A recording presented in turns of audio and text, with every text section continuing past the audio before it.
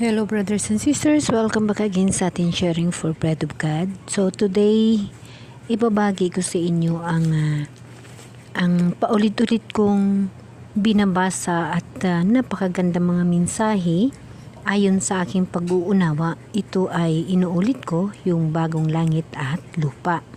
Ito ay makikita natin sa Isaiah 65 verse 17. Ako ay lilikha isang bagong lupa at isang bagong langit. Ang mayayaring pawang lumipas, di na babalik. Yes, brothers and sisters, so gagawa ang mahal na Diyos ng bagong langit at bagong lupa. So ito na ang napakagandang mensahe na ito, aking hinahanap yung ibang detalye upang aking maunawaan bilang tao sa mundo. Gusto kong maunawaan kung ano ba ang bagong langit at ang bagong lupa, no? Ito ay sa after sa judgment ng ating mahal na Diyos, so magbago yung mundo, ito yung mangyayari. So napakaganda ang mga alituntunin na ito. So paano ba tayo makapunta sa tinatawag na bagong langit at bagong lupa na inihanda ng ating mahal na Diyos, no? So kailangan pagtagumpayan natin ang mga bagay na kailangan natin pagtagumpayan dito sa mundo. So babasahin sa pahayag 21-22 hanggang sa 27, ito ay sa pahayag chapter 21 verse 22 to 27. So napakaganda ang mga alituntunin dahil na alam nyo ba na kailangan nating malalaman ano ba ang bagong langit at ang bagong lupa. Ano ba makikita natin doon? Ano ba ang makikita natin sa ganong pangako ng mahal na Diyos na ibibigay sa atin? Kasi sinasabi bagong langit at bagong lupa na gagawin ng mahal na Diyos after judgment, no, sa mga tao na magtatagumpay, no, o pinili ng Diyos na makasama sa bagong langit o makapasok sa bagong langit at bagong lupa na kanyang inihanda sa atin.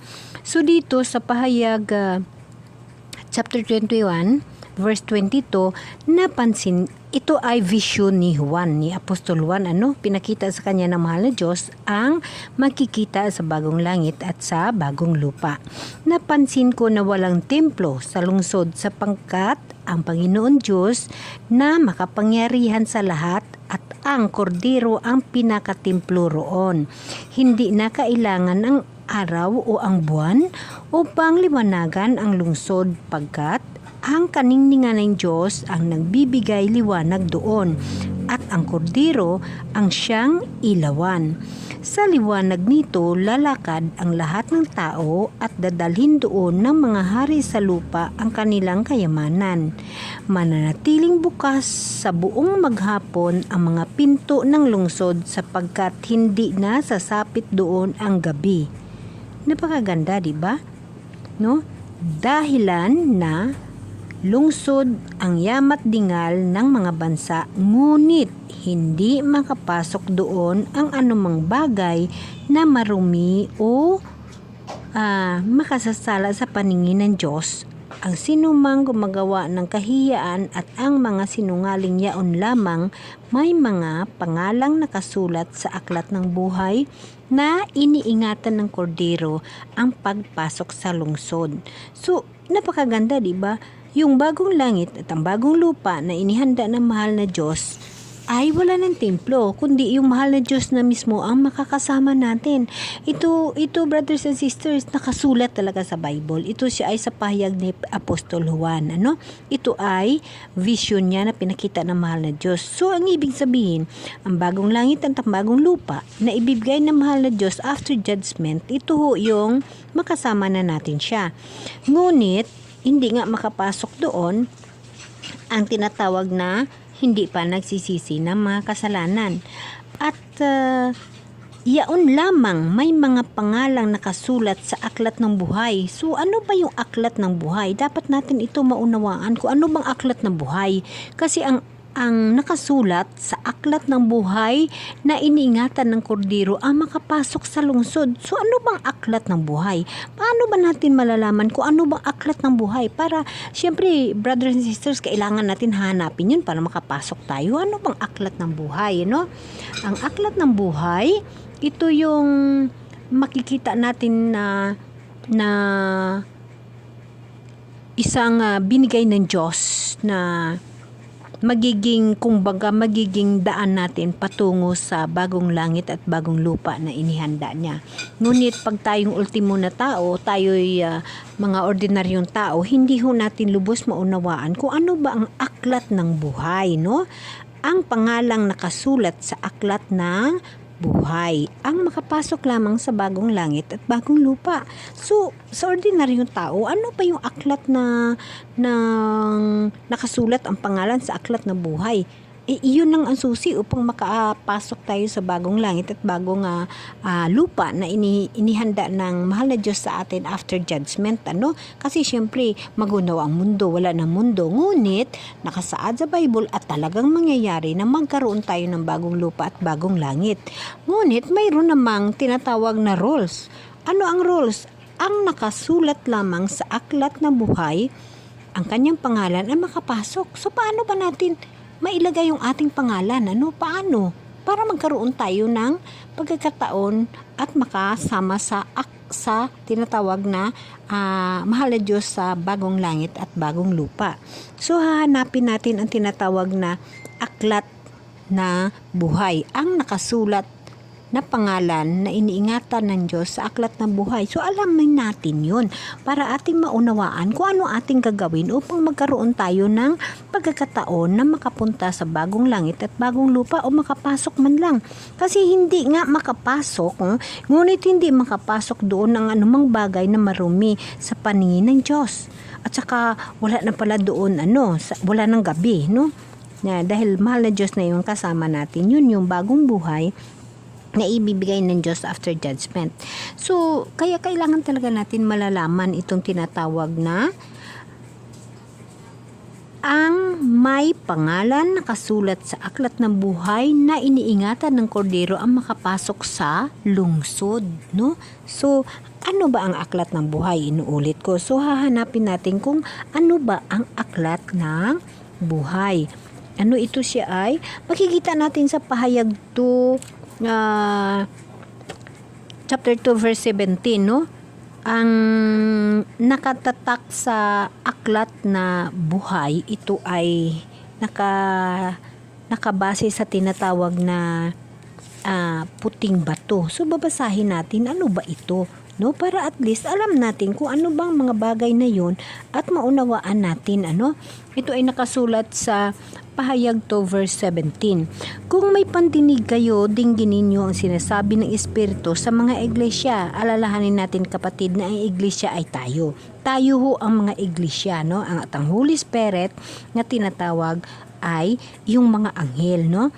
So, sinasabi ng Espiritu sa mga iglesia, sa magtatagumpay ay ibibigay ko ang nakatagong pagkain mula sa langit. Bibigyan ko rin ng bawat isa sa kanila ng puting bato na kinasusulatan ng isang bagong pangalan na walang sinumang makakaalam maliban sa nagtanggap niyon.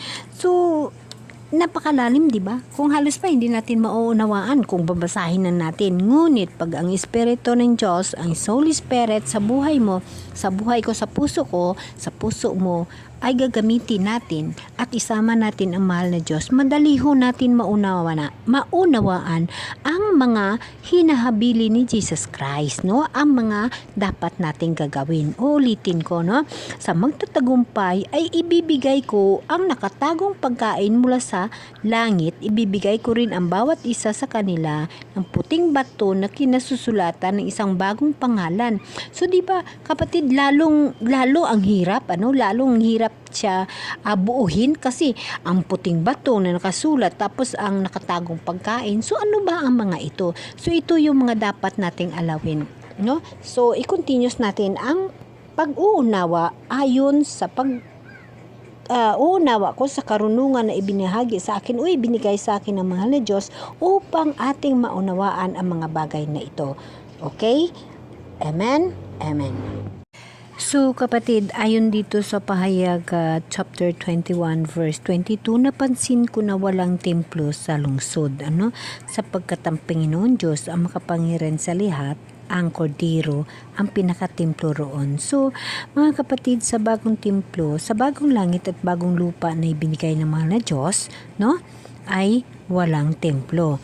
At nakasaad pa dito, sa liwanag nito'y lalakad ang lahat ng tao at dadalhin doon ang mga hari. Sa lupa ang kanilang kayamanan. So, manatiling bukas sa buong maghapon ang pinto ng lungsod sapagkat hindi na sasapit doon ang gabi. Napakaganda, di ba mga kapatid? Ang bagong templo, ang bagong Jerusalem na bubaba sa langit, na yun ang bagong lupa at ang bagong langit na inihanda ng mahal na Diyos sa atin sa magtatagumpay sa after judgment, ay open na yung pinto. Hindi na magsasara yun. Ngunit, ayon dito sa verse 27, ngunit hindi makapasok doon ang anumang bagay na marumi sa paningin ng Diyos. Ang sinumang gumawa ng kahiyaan at mga kasinungalingan, yaon lamang may mga pangalang nakasulat sa aklat ng buhay na iniingatan ng Kordero ang makapasok sa lungsod.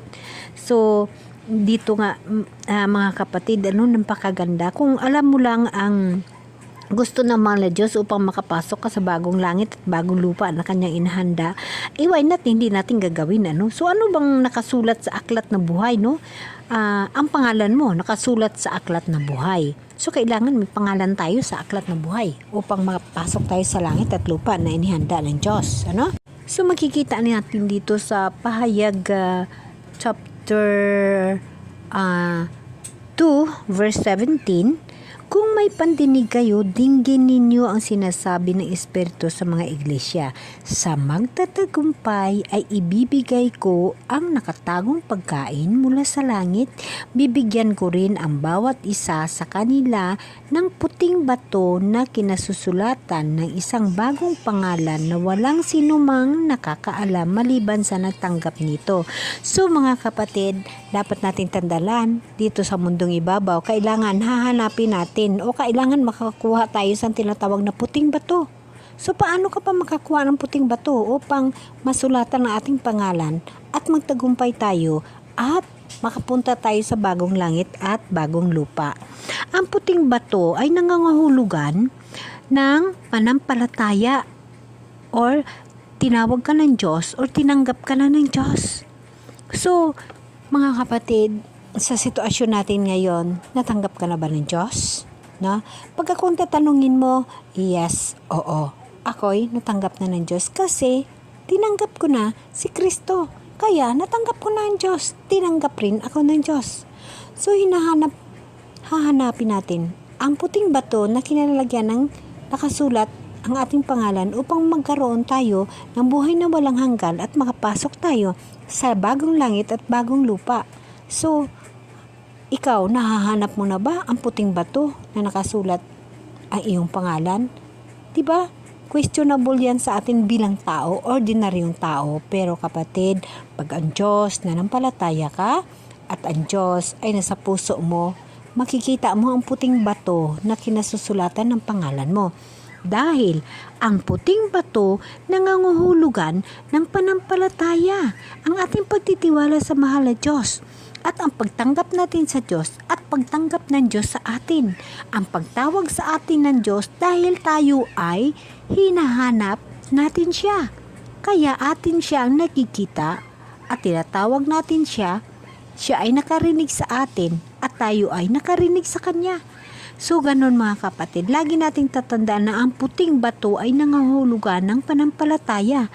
So ayon dito sa nakasulat sa pahayag chapter 2 verse 17, ang magtatagumpay ay ibibigay ko ang nakatagong pagkain mula sa langit, So pagkain mula sa langit. Ano bang ibig sabihin ng pagkain na mula sa langit? Mga kapatid, lagi nating tatandaan na sa Bible, ang simbolo ng pagkain ng Diyos, ito ay isang espiritual na pagkain na nagbigay lakas sa ating panampalataya. Yes, brothers and sisters, kasi alam nyo ba na yun na nga sinasabi na hindi lamang mabubuhay ang tao sa pagkain lamang na tawhanon, kundi mabubuhay ang tao sa pagkain na salita ng Diyos. Alam niyo ba kapatid, lagi niyong tatandaan na ang pagkain na mula sa Diyos ay ang espirituhano natin na buhay. Lagi nating tatandaan ang mga bagay na yon na dapat natin mamana, kasi ito yung pagkain na mula sa Diyos na espiritual na buhay ay dapat nating mamana ito upang magkaroon tayo ng puting bato na susulatan ng ating pangalan at magkaroon tayo ng mana, ang pagkain na salita ng Diyos ay espirituhano na buhay na mana mula sa Diyos. Kasi ang simbolo ng pagkain ay ito yung mana na pagkain na mula sa Diyos. Makikita natin sa Juan chapter 6 verse 32. Sumagot si Jesus, dapat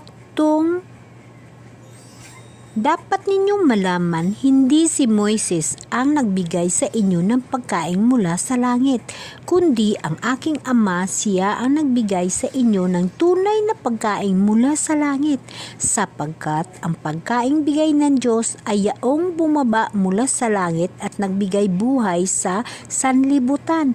Yes mga kapatid, kasi ang binigay naman talaga ng mahal na Diyos ng pagkain ay bumaba sa langit, si Jesus Christ, yung mga pulong ni Jesus Christ. Hindi naman pagkain ang bumaba sa lupa na mula sa langit na lumipad, kundi si Jesus Christ.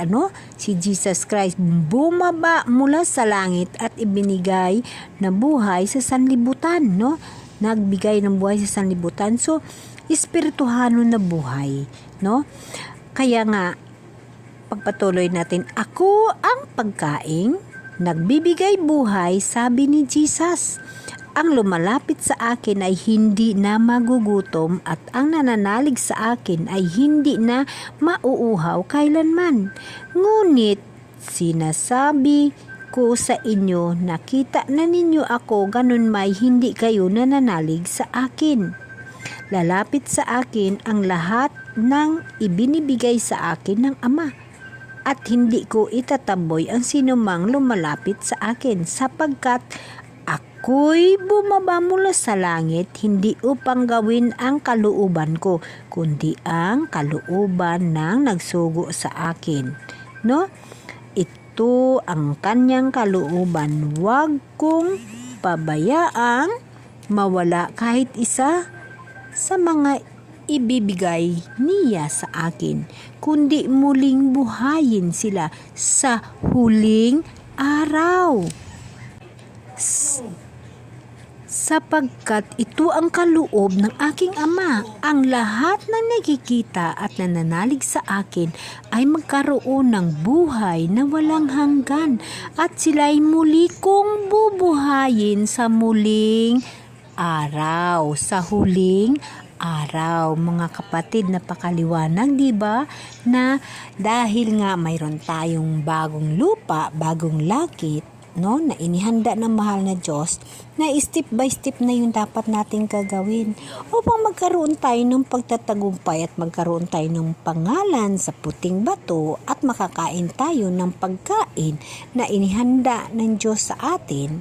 Kailangan natin magtatagumpay upang magkaroon tayo ng buhay na walang hanggan sa huling araw. Kaya anong dapat natin gagawin?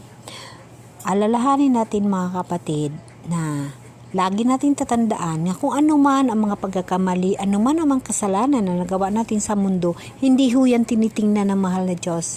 Ang tinitingnan ng mahal na Diyos kung anong laman ng puso mo at kailan mo ba makilala ang mahal na Diyos at kailan mo maririnig ang pagtawag niya sa iyo. Lagi nating tatandaan na ang pagkain ay mana, dahil ito ay simbolo ng espirituhano na buhay mula sa ating mahal na Diyos. Amen? Amen.